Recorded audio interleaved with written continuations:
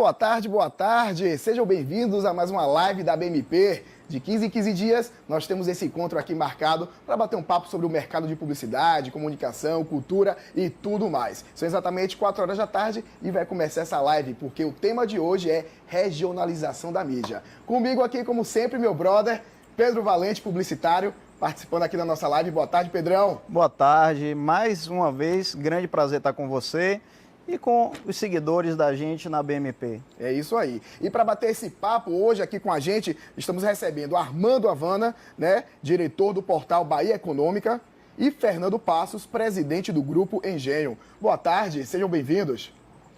Boa tarde. Hoje nós vamos bater esse papo sobre regionalização do mercado. E, Pedrão, você já pode até debater aqui um pouquinho comigo, porque na época que a gente se formou, nós somos da mesma geração, tudo era globalização. Pois é. Só se falava em globalização, né? O mundo global, que a gente tem que estar informado de tudo que está acontecendo. E hoje as coisas estão sendo invertidas, né? O mercado publicitário, da comunicação e tudo, está olhando para o local, olhando para a sua região. A partir de quando, né, Armando? Primeiro logo com você. Boa tarde, seja bem-vindo. Boa tarde. Né? Quando a gente começa a perceber no mercado de publicidade, principalmente, essa regionalização, quando os publicitários ou o público começa a exigir isso? Olha, eu acho que a partir de determinado momento se começou a perceber que a regionalização era muito importante, primeiro, sob um ponto de vista econômico, porque vendia mais quando você regionalizava. E segundo, por um ponto de vista cultural e também de atingir um número maior de pessoas.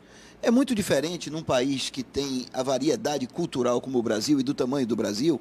É muito difícil que você consiga fazer uma propaganda, uma publicidade que seja homogênea.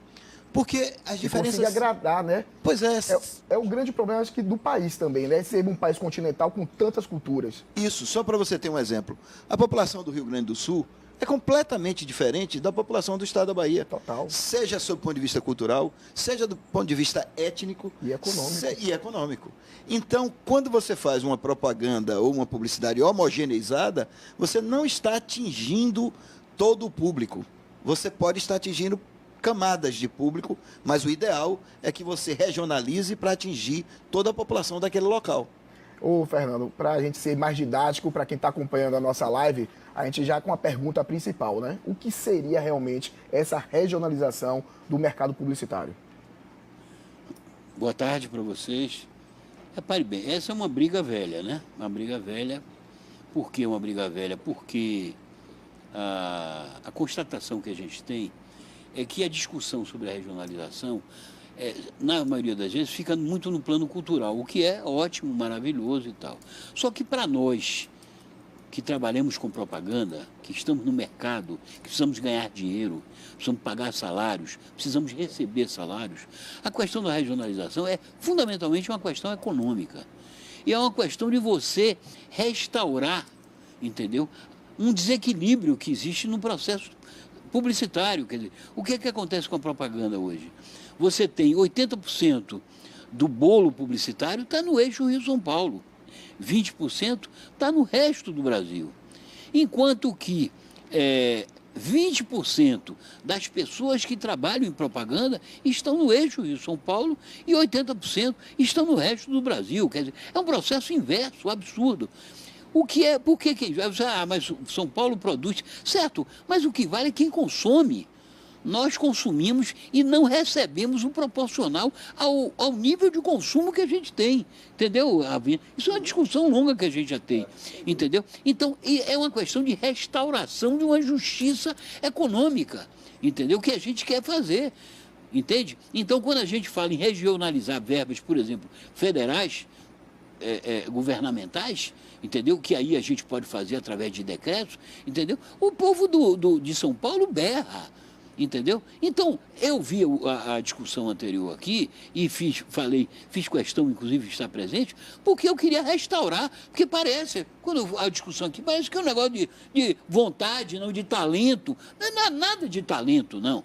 A questão é econômica. É econômica e é uma briga. E mais, é uma coisa que por isso que eu vim para cá. O eixo Rio e São Paulo não quer fatiar esse pão. Mas nunca. Mas eles brigaram com a gente no Congresso.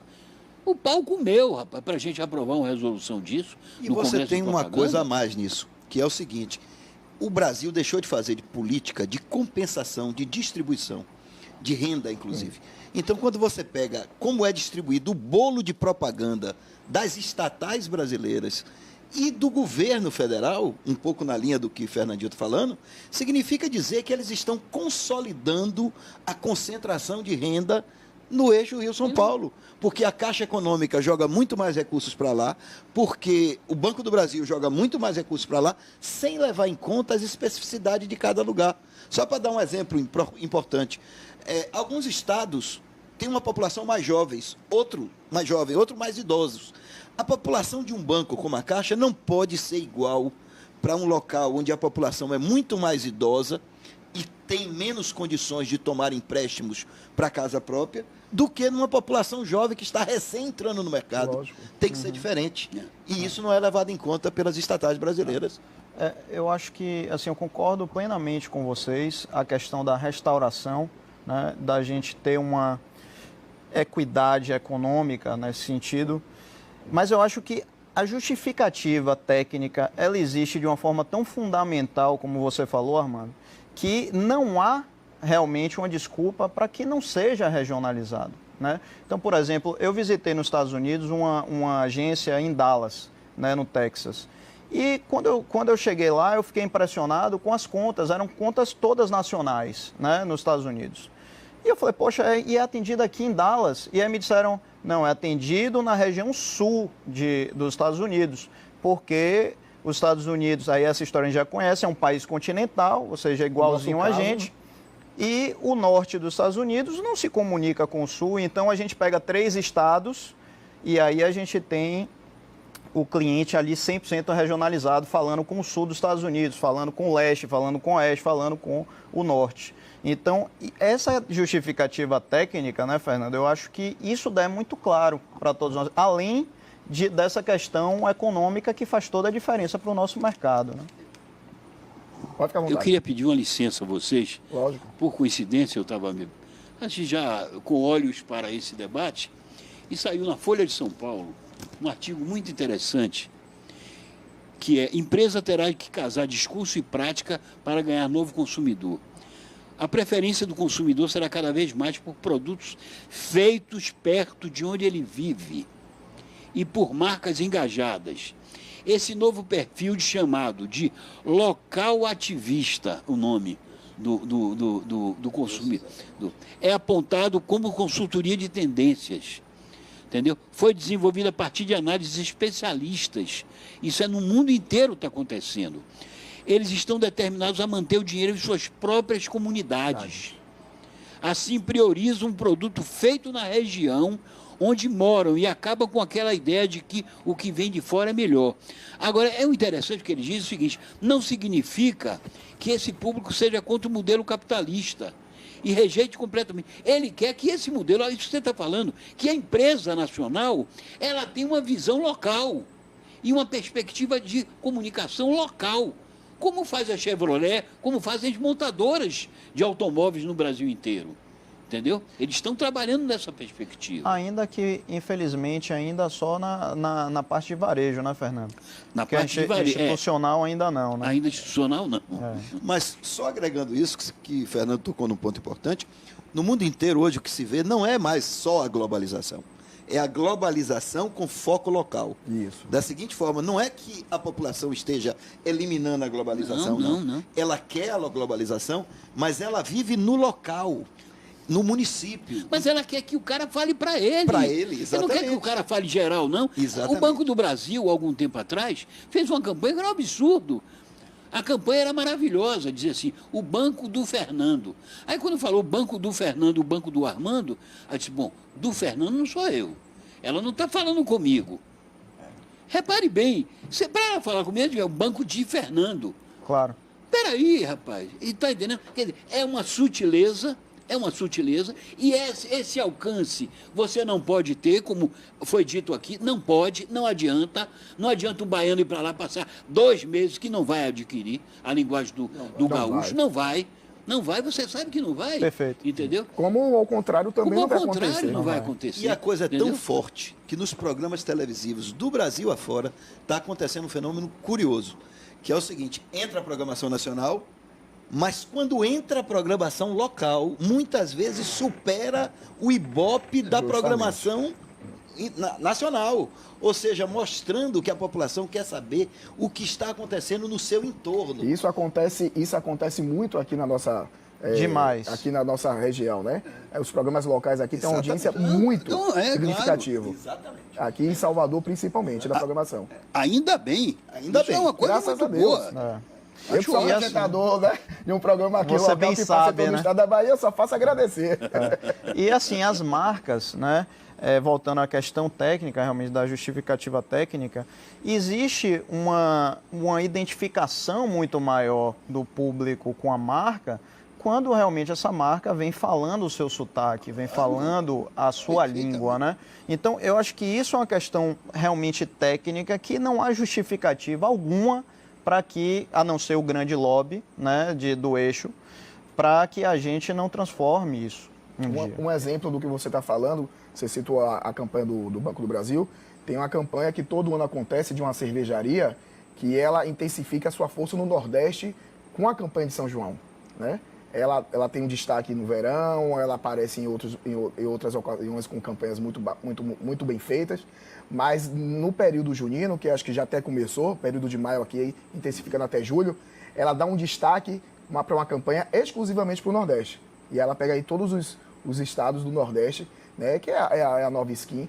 Ela faz uma campanha muito interessante, porque a gente sabe que o São João, no Sul, passa bem despercebido. Algumas né? empresas estão fazendo isso muito bem. E aí, A Nestlé faz isso bem. conseguem também, abraçar essa fortemente. cultura, essa coisa muito forte do Nordeste, que é o nosso São João. Agora você sabe por quê? Só dizendo uma coisa, essa é a ideia. Não é que você deixe de fazer a publicidade. Não, que não. você faça essa publicidade para o Brasil inteiro, só que segmentado regionalmente. Justamente. Essa é a ideia. Entendeu? É isso aí. Isso mesmo. E eu gosto quando tem competidores locais. Porque é ótimo. Você vê o caso da Coca-Cola. A Coca-Cola comprou o Guaraná Jesus em São Luís do Maranhão para matar. Não conseguiu matar, aí botou para cima. Aí chamou um paulista para fazer propaganda. O paulista fez um comercial, disse que passou lá um mês vendo como era São Luís do Maranhão e tal. Aí fez um comercial que era um Bumba Meu Boi. Você já viu? Você imagina alguém num Bumba Meu Boi no centro de São Luís?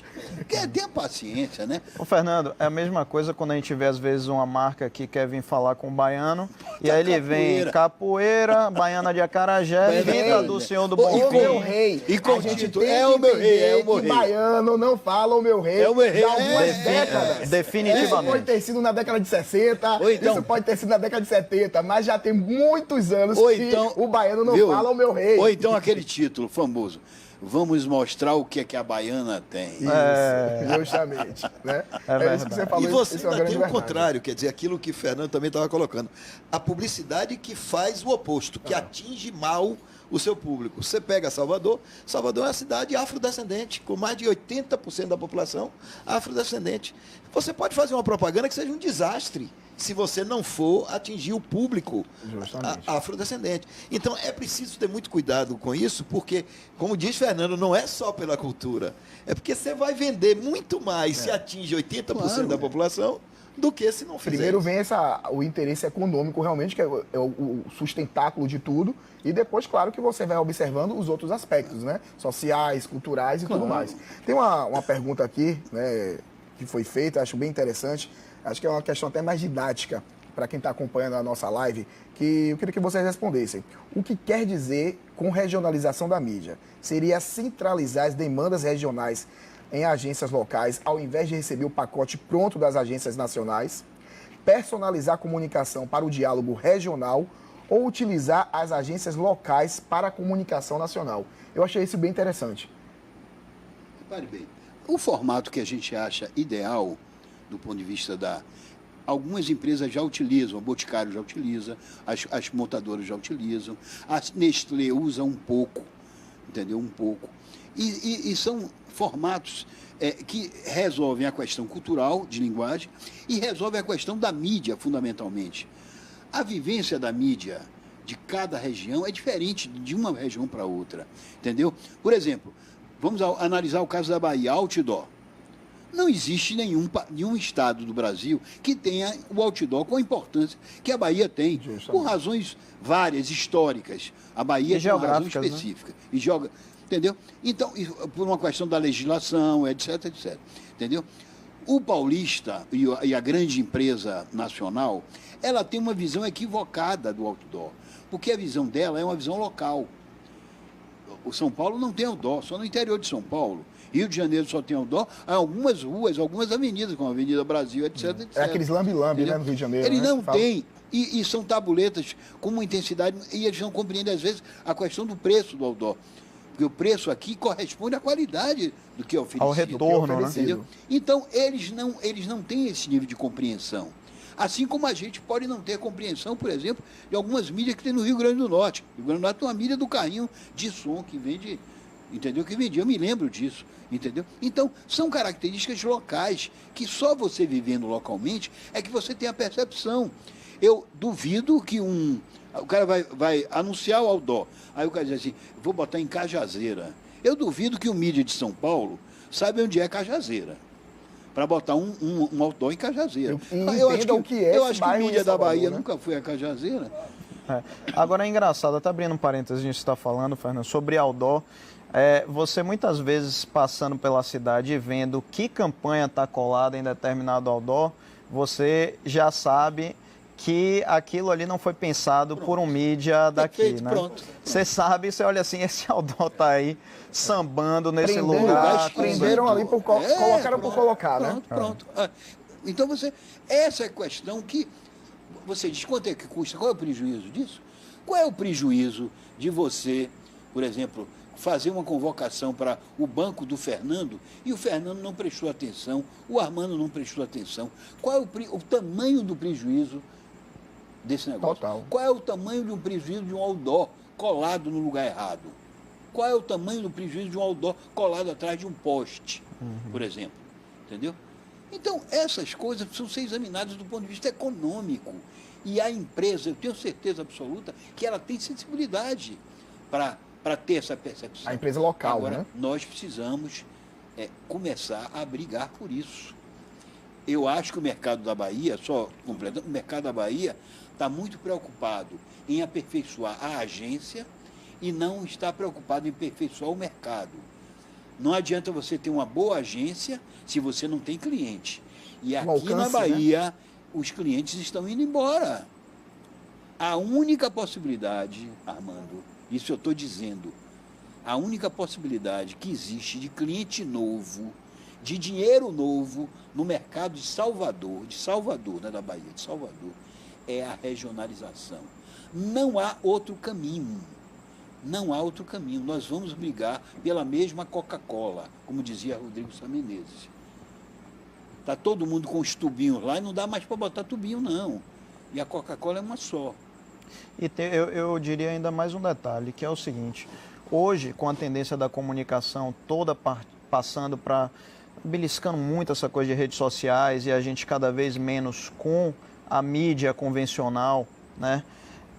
Isso se torna ainda mais doloroso, porque as redes sociais pedem muito mais trabalho com a remuneração muito menor.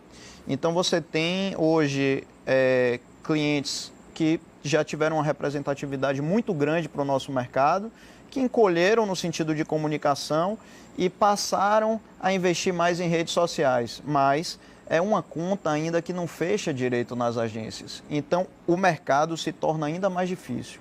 Olha, eu vejo, sob o ponto de vista da regionalização, dois movimentos que são importantes. Um é o movimento público, das verbas públicas. A mesma coisa que acontece com o BNDES. Você pega o BNDES, por exemplo, quando você vai ver os recursos do BNDES, 80% vai para o eixo Rio-São Paulo. Então, aí quando você vai questionar com eles, eles dizem a seguinte coisa: porque é lá que tem os projetos. Então, nós precisamos reverter essa lógica. Então, a verba pública não pode já ir globalmente definida. Ela tem que ir regionalmente definida. Assim, vai uma parte da Caixa, mas uma parte tem que ir para o Nordeste, tem que ser aplicada lá. Então, esse é um primeiro ponto. O segundo ponto é a parte privada. E aí, a parte privada, você tem várias maneiras de trabalhar nisso. Você tem uma maneira tornando a empresa baiana nacional ou fazendo com que a empresa nacional venha se associar aqui. Que é um bom caminho também, nada contra, não vamos ficar com essa coisa também da gente voltado para a gente mesmo. Se tem uma grande empresa de lá que quer se associar com a empresa daqui, isso não faz mal nenhum. Isso é bom para o mercado, gera emprego. Então, o grande problema é que a Bahia, e aí eu concordo aqui com o Fernandinho, a Bahia tem reduzido sua capacidade econômica, tanto no setor industrial como no setor comercial. A Bahia era o 8º PIB brasileiro, ou era o 6º PIB brasileiro. Hoje é o 8º, está prestes a se tornar o 8º. A Bahia está perdendo posição nacionalmente. Então, nesse ponto, é preciso também política pública para estimular o crescimento econômico, para viabilizar o crescimento econômico. Porque não vamos esquecer isso não, a mídia caminha com a economia. Se a economia vai mal, a mídia vai mal. Tem na época que a gente estava brigando mais por isso, nós fizemos um raciocínio muito rápido. Tinha um empresário de Sergipe lá na agência, aí a gente deu uma sentadinha assim, fez aquela conta de padaria, pegou assim o tamanho de uma verba do governo federal, pegou a verba do governo federal. E aí dividimos ao meio, tipo, metade é das grandes agências, essa metade vai ser regionalizada. Essa metade, nós fizemos uma divisão proporcional pelo PIB de cada estado. De cada estado. Aí pegamos o de Sergipe. Foi interessante isso. Pegamos o de Sergipe. Rapaz, era dinheiro que não acabava mais. Se você pegasse o pedacinho que Sergipe tem direito ao PIB regionalizado, dava mais dinheiro do que o dinheiro que ele tinha de investimento em propaganda no mercado. Era mais do que o dobro de dinheiro que entrava. Claro, isso em Sergipe. Mas você imagine o percentual de dinheiro novo que o negócio que circula, né? A Caixa Econômica precisa se comunicar localmente. O Banco do Brasil precisa se comunicar localmente. O Ministério da Saúde precisa se comunicar localmente. Entendeu? Então, essas entidades precisam de uma comunicação regional. Entendeu? Não é só o Banco do Nordeste, porque está lá em Fortaleza, não. Entendeu? O BNDES precisa de uma comunicação regionalizada. Entendeu? Então, isso a gente defendeu, continua defendendo, agora é preciso revitalizar essa defesa. Logo no início, Armando, você falou sobre um quesito onde os publicitários podem pecar em fazer uma regionalização sem ter uma identidade com o seu público, né? Que aí mora o perigo em você negativar isso, né? Perfeitamente, isso é grave e também perde oportunidades. Por exemplo, o Carnaval da Bahia virou para a mídia só cerveja, quando você tem outros produtos para serem... Números. Muito mais, mas não, é cerveja, focou na cerveja. E mesmo na cerveja, se você fizer uma pesquisa, o gosto do baiano é diferenciado do gosto do cidadão do Sudeste. Isso claro. Aí não tenha qualquer dúvida. Até por causa do clima também, né? Pronto, exatamente por isso, entendeu? A forma de consumir do baiano, ele é diferenciado, né? Todo mundo tem sua forma de consumir. Mas falando em relação às cidades litorâneas, cidades que consomem muito praia, até a forma de consumir a praia do baiano, né, do soteropolitano, é totalmente diferente do carioca. Né? O baiano, ele vai pra praia pra ficar na barraca de praia. Aí depois que teve aquela confusão toda que tiraram as barracas de praia, isso gerou uma celeuma retada, e a gente sabe que eles tiveram que... Né, o soteropolitano teve que se adequar a essa situação. O carioca não. O carioca, ele gosta da praia, independente do que vai ter ali, para ele consumir. E tem coisa interessante, eu não sei quem quem conseguiu essa diferenciação, mas isso só podia ocorrer na Bahia, que é a diferenciação que foi feita, uma campanha que conseguiu transformar um bolinho de feijão frito no azeite. Um bolinho de feijão frito no azeite é igual em qualquer parte, na Bahia não é. O acarajé da Cira é muito melhor do que o acarajé da Regina, o acarajé de não Grifes. né? Se fez grife no acarajé. Isso. Só poderia ser feito se conhecesse o mercado baiano, que há uma certa disputa, há um certo bavi, a do meu bairro é melhor do que a... Então, é fundamental o que a gente vem falando. Não é só a parte cultural, mas é a parte cultural e é a parte econômica. É preciso haver uma junção disso para revitalizar e para exigir, como diz Fernando.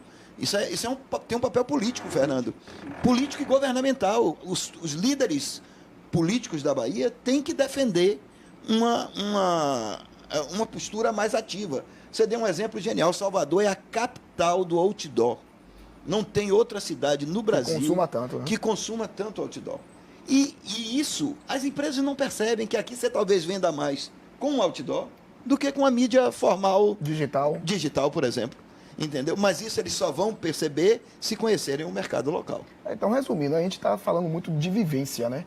Assim, do mercado publicitário, que leva tempo, né? Entenderem o que é a vivência de cada cidade, de cada cultura. E como você falou, leva tempo. Não é uma coisa do dia para a noite. Você tem que mandar, sei lá, o especialista tal, da agência tal, vai lá, passar uma temporada, vai entender como é que o baiano pensa, para a gente tentar regionalizar isso aí. Isso é complicado. Quer ver um exemplo? Vou usar você como exemplo. Você no Carnaval da Bahia. Quem apresenta o Carnaval através do SBT Nacional é um soteropolitano, é alguém que entende verdadeiramente, que sabe se comunicar com um artista que passa ali no trio elétrico, de uma maneira muito mais íntima do que qualquer paulista que chega ali que não sabe as nuances, as histórias de cada artista, do carnaval, da dinâmica do carnaval. É a mesma coisa. Criado, é a mesma coisa. É um bom exemplo mesmo, esse aí. Temos pergunta? A galera está participando? Não, até agora não. Então, eu acho que a gente está sendo muito claro. Eu acho que então tá as pessoas tá bem didático. Está didático, então não tem dúvidas. A nossa live de hoje está sendo bem clara aqui com os nossos participantes. Pode falar, Fernando. Eu tenho uma preocupação muito política em relação ao mercado. Acho que o nosso mercado está não está atento para a gravidade que ele está vivendo. Essa é uma realidade objetiva. Por exemplo, nós estamos vivendo um mercado combalido, entendeu? Falei aqui que a gente está muito preocupado com o aperfeiçoamento das empresas, das agências, mas não está preocupado com a qualidade que esse mercado está começando a tomar. Fico preocupado muito com... o mercado de propaganda, ele tem uma característica, essa coisa do criativo, às vezes ele entra num terreno meio perigoso. Vou lhe dar uma ideia. A propaganda ela foi criada a partir de uma lei 4.680, que era uma lei de corretagem. Na verdade, nós, agência, fomos chamados de agência, porque nós éramos, na nossa formação, agenciadores de anúncios.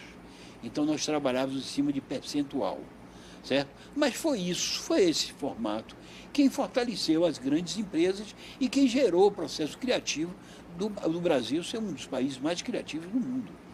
Só que esses criativos, quando se transformaram em empresários, eles passaram a adotar uma postura meio irresponsável do ponto de vista nacional. É tipo o seguinte: não quero saber de legislação, não. Eu sou criativo, eu sou porreta, eu vou vender o meu produto do jeito que eu quiser. O famoso eu posso tudo. E aí entraram, e aí começaram a manguear com o processo de organização do mercado. Isso acabou gerando a quebra da lei. Quando quebrou a lei, aí foi um salve-se quem puder. Entendeu? Quer dizer, esses criativos achando que tudo pode ser, não, a criatividade vai vencer. Aliás, eu ouvi isso aqui até no debate de regionalização também. Não, essa liberdade é possível. Então, coisa nenhuma, rapaz. O mercado foi organizado, estruturado por pessoas que fizeram isso e foi importante para formar, inclusive, criativos. Entendeu? Então, eu tenho muito medo. Eu participei de um debate na rádio com dois empresários da Bahia, na rádio, no programa daquele menino que é o secretário de Cultura da Prefeitura. 1h da tarde na metrópole. Aí, aquele jeito descontraído e tal. Roda Baiana, né? Que ele participava. Roda Baiana. Aí ele fez uma pergunta para os três. Ele fez a pergunta para os dois primeiro, e eu pedi, pelo amor de Deus, para ele não fazer para mim. Porque ele perguntou assim, e a criatividade baiana, como é que tá? E os caras, não, tá legal, o criativo baiano, e tal, nós continuamos exportando e tal. Aí perguntou o segundo, não, tá ótimo. Eu fico pensando, por que responde isso? Aí o cara perguntou para mim, rapaz. E qual foi a sua resposta? Eu disse, tá uma merda. A criatividade baiana tá uma merda. Não existe mais isso. Isso é falácia. Nós estamos perdendo todos os prêmios, seja colunista, seja profissional da Globo, todos estão sendo abocanhados por Rio Grande do Norte, Paraíba, Fortaleza, entendeu? Acabou, isso não existe mais. Olhe para os outdoor, olhe para as emissoras de televisão, veja o que está se produzindo aqui, é muito ruim, é tudo muito igual. Existe um comodismo nisso aí? Existe uma certa covardia, existe um certo domínio do pragmatismo mercadológico, quer dizer, das gerências de marketing que determinam, entendeu, formatos. Não, eu quero assim, eu acho que deve ser assim, entendeu? E o processo criativo foi para as cucuias, em função da própria crise mesmo, da própria dificuldade de conseguir, pelo amor de Deus, eu não posso perder cliente, entendeu? Quer dizer, e mas assim isso, fica. viu, Fernandinho, é também reflexo da decadência econômica. Não vamos esquecer que Salvador passou muito tempo numa decadência econômica jamais vista. Para vocês terem uma ideia, houve um momento que o PIB de Fortaleza superou o PIB de Salvador. Fortaleza se tornou a maior economia do Nordeste. Agora Salvador voltou a recuperar, porque está melhorando um pouco o turismo, essa coisa toda. Então, a decadência econômica também faz isso com o mercado. E mais ainda, a própria cidade é uma cidade pobre. E outra coisa, é preciso você perceber que, embora seja uma cidade pobre, os pobres consomem também. Então é preciso focar a mídia também para uma classe diferenciada. E que nem sempre isso é feito. E o varejo, eu acho que pobre é surdo, né? Isso, exato. Porque tem que berrar muito para ele ouvir. Exatamente. Bravo, Bater bravo. palma, né? Bater palma, Bravo. bora, entra! Né? Exatamente Tem que bater isso palma aí. para entrar na loja. Mas é o que você falou, essa forma como é vendida a Salvador, em determinados lugares, claro que a gente vai ter o turismo, a gente vai enfeitar, vai mostrar a cidade, o que ela tem de melhor. Mas assim, para o mercado interno, né, para as agências e tal, é importante sempre salientar isso. Salvador é uma cidade pobre. Claro. Né? Olha, Porque muita gente tenta maquiar e aí que é um grande perigo para produtos que queiram investir aqui. Isso. Você pega, se você olhar na janela, em qualquer lugar de Salvador, qualquer lugar, até na Vitória, você vai ver as favelas em torno. Você vai ver as invasões em torno. Qualquer lugar. Eu fiz uma pesquisa recentemente, 300 mil pessoas, 300 mil, vivem com menos de $1,50 em Salvador. Isso é extrema pobreza. É extrema, $1,50 por dia. É extrema pobreza. Não tem como você sobreviver com isso. Está abaixo da linha da pobreza. Está abaixo da linha da pobreza. Então, o que é que acontece? Mas essa população também consome. Então, você tem, ao mesmo tempo, o desafio, que é uma cidade muito pobre, mas, ao mesmo tempo, os empresários não percebem que também aí tem... É um nicho. Né? É um nicho de mercado. Reduza os seus valores. Eu conversei com um empresário no outro dia, sabe o que ele me disse, Fernandinho? Eu prefiro vender mais caro do que vender muito e pouco, do que vender muito em grande quantidade e barato. Eu digo, por quê? Porque me dá mais trabalho vender muito. Eu digo, mas você pode vender muito mais. Mas é a visão de que, não, aí o produto não vai ser considerado. Há também essa coisa cultural. Então. Fernando, Agora, assim, é o seguinte, só somando ao que você está falando, que eu queria também a opinião de vocês sobre isso. Sobre essa questão da criatividade ter reduzido, né? E eu concordo que, de fato, se você passa e começa a olhar as campanhas que estão nas ruas hoje, são muito diferentes de 10, 20 anos atrás, né? Mas será que essa redução da criatividade também não está ligado intimamente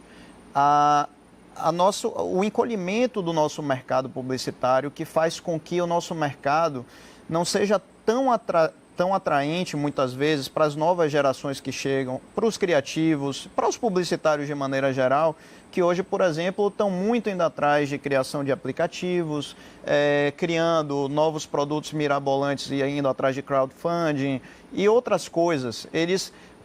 Caras que dariam bons publicitários, mas que falam, não, essa área aí está muito complicada, e sai fora, né? Então, eu vejo... Quer dizer, perdeu o glamour. Perdeu o glamour e perdeu também grana. Então, antes um redator, glamour, uma dupla de criação, hoje são né, você bem sabe mais disso, baixos, né? Na Engenho, antigamente, os salários, a gente ouvia falar, era um glamour por conta também da grana, né? Então, além disso, eu me lembro, por exemplo, quando eu comecei na Ideia 3, em 99, você tinha uma campanha do COT, que era... né, outdoor na cidade, as pessoas esperavam e tal. Você tinha 2 semanas, 2 semanas para criar.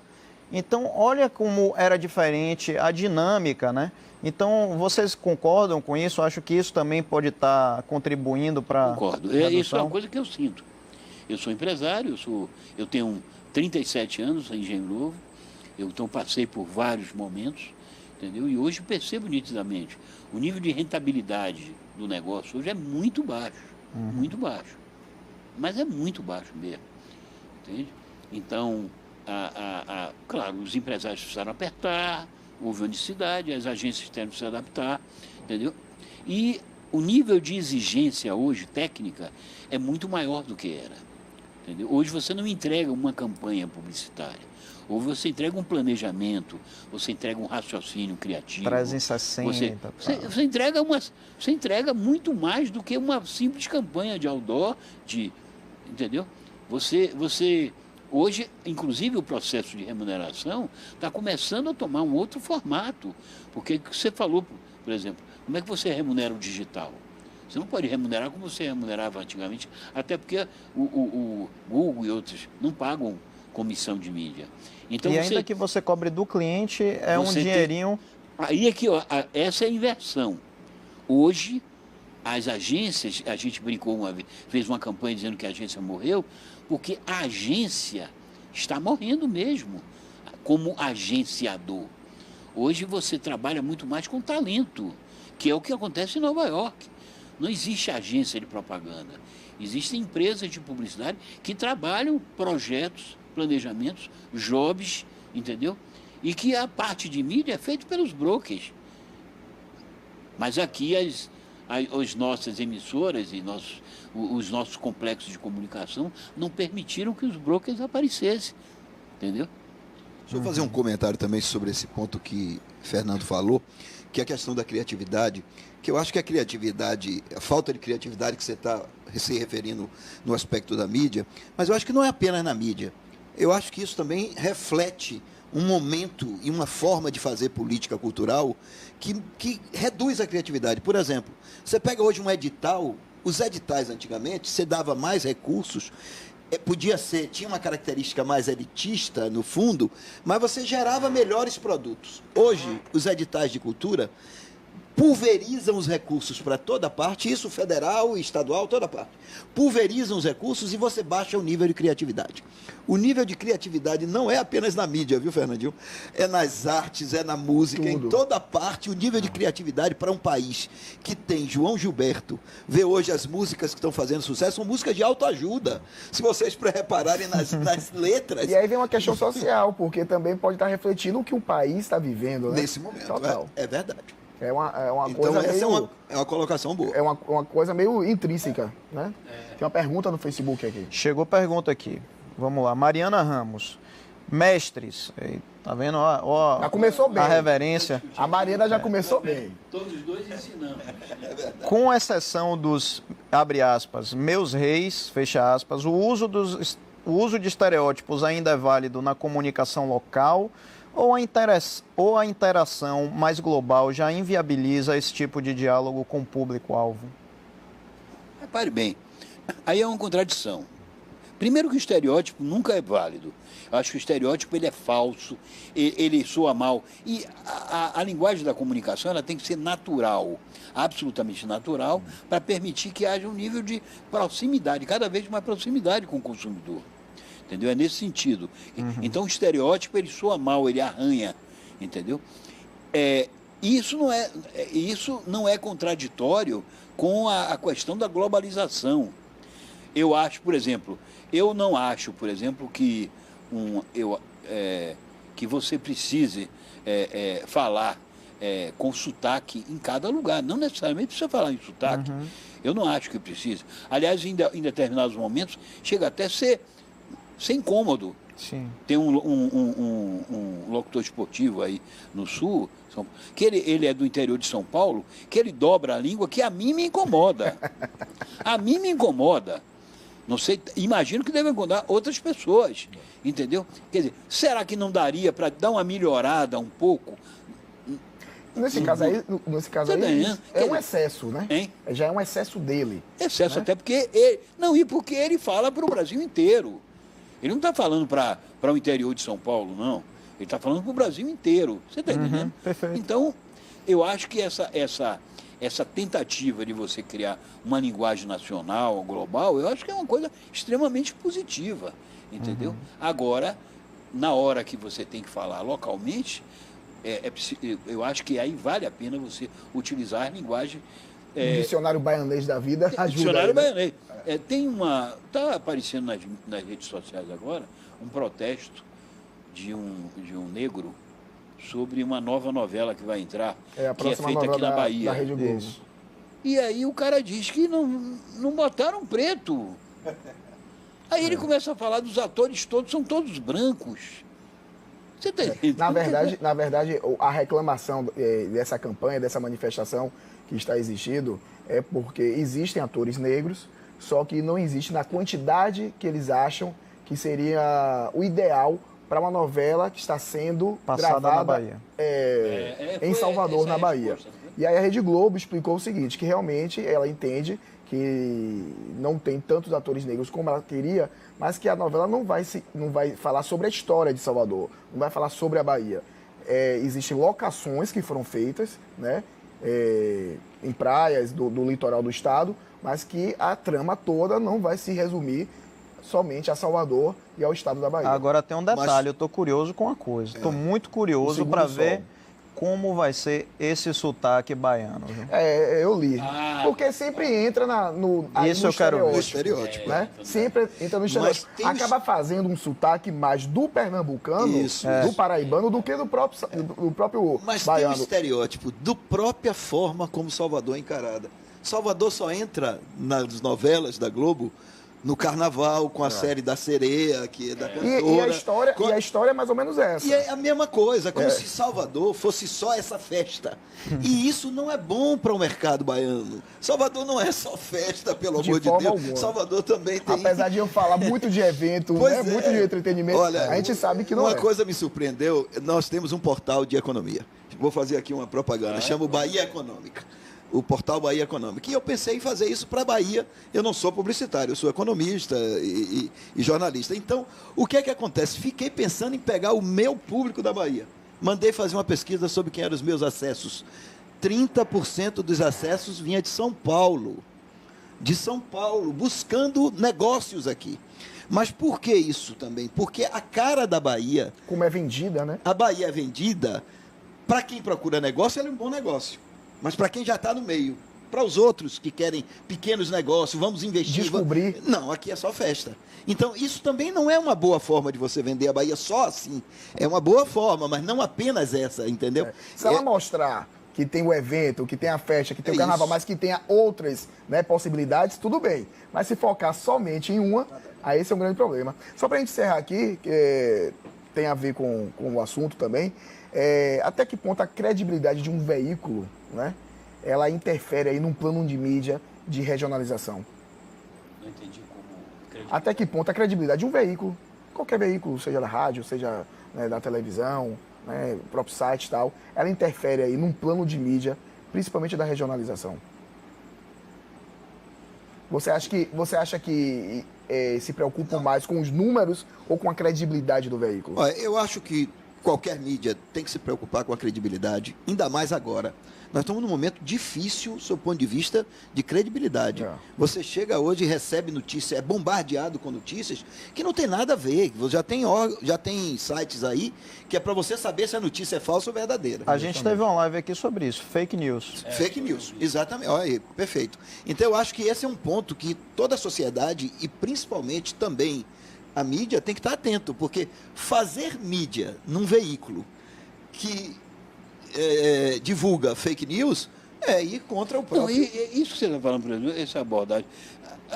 Todo veículo, quando você pega o veículo, você tem uma medição quali e você tem uma medição quanti. Isso. A medição quanti, tudo bem, é a circulação, audiência, etc. Agora, a medição quali é outra coisa.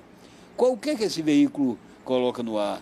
Qual é a abordagem que ele faz? Como é o perfil do público dele? Entendeu? Então, aí é que a dificuldade de um publicitário de mídia de fora tem para identificar esse veículo. Ele não tem como identificar se aquilo é bom ou ruim. Muitas vezes são revistas, às vezes, regionais, locais. O que ele vai receber geralmente é a quantitativa, Ele né? recebe o quantitativo, ele não recebe o qualitativo. Ele não tem abordagem. Como aquilo é visto, entendeu, no público, como é, Com o telespectador, com o recebido ouvinte. no telespectador, entendeu? Então, se é um programa que tem uma abordagem que seja diferente do produto que ele quer veicular, entendeu? Então, essa é uma outra dificuldade que você tem ao regionalizar a mídia, entendeu? E, ao mesmo tempo, só complementando com um outro enfoque, eu acho que as próprias agências também têm que passar a ver que há novas formas para ela divulgar a mídia. É impressionante hoje a quantidade de pessoas que não leem jornal, que assistem pouco televisão e que não têm acesso à mídia, porque a mídia está mais concentrada na televisão e nos jornais. Agora tem aumentado nos portais, mas, por exemplo, eu sou professor da universidade, eu faço uma pesquisa na hora que eu entro na sala. Quem aqui lê jornal mídia impressa? Zero. Juventude não lê mídia impressa. Tem uns 2 ou 3 que dizem sim para não passar vergonha. Para não passar vergonha. Televisão, mais ou menos, ainda tem um bom público de televisão, mas mesmo assim, o público que se eleva intelectualmente, ele foge um pouco da televisão. Sabe o que sobra? A internet e as redes sociais. Então, é preciso também descobrir novas formas de alcançar o consumidor através desses novos, que são poucos criativos E você atualmente. sabe o que está acontecendo, Alveno? É uma contradição que a gente percebeu é que os alunos eles estão absolutamente antenados e tal, mas os professores, principalmente da nossa área, eles não têm a formação por conta mesmo de ser de uma outra geração, entendeu? Da abordagem da mídia Entendi. digital. Entendeu? Chegou o nosso horário. Ó, já? Passa rápido, viu? E vou te dizer, nessas últimas lives foi o assunto que rendeu e tem muita coisa para render ainda. Altíssimo nível aqui. Com certeza. Agradecer a presença de vocês. Obrigado, Fernando. Obrigado, Armando. As considerações finais. Quem quiser encontrar vocês, né? Armando tá aí com o site, né? Do portal. O portal. Essa é a hora de mandar abraço para todo mundo. Econômica. Eu queria convidar todos a entrar no Bahia Econômica, que é um portal que não é só de economia, mas cujo seu foco é economia e credibilidade. Ok. Principal foco Lá é a vocês credibilidade. não vão encontrar fake news. Não tem ok? fake news. Pode ficar despreocupado. Tranquilo. Qual o endereço? É www.bahiaeconomica.com.br. Eu pensei que ele ia falar Rua Saturnino de Brito, 74, já de Rio de Janeiro. Oi, Fernando. Bom, o recado que eu gostaria de dar um recado aos meus colegas empresários, aos meus colegas dirigentes de entidade.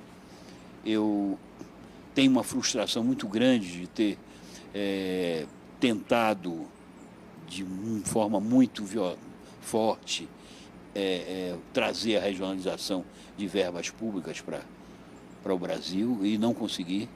É um questionamento que eu me faço muito grande, uma frustração muito grande. Eu gostaria que esse tema fosse restaurado pelas entidades, porque tenho muito receio do nosso mercado não resistir a esse processo de empobrecimento que está acontecendo aqui.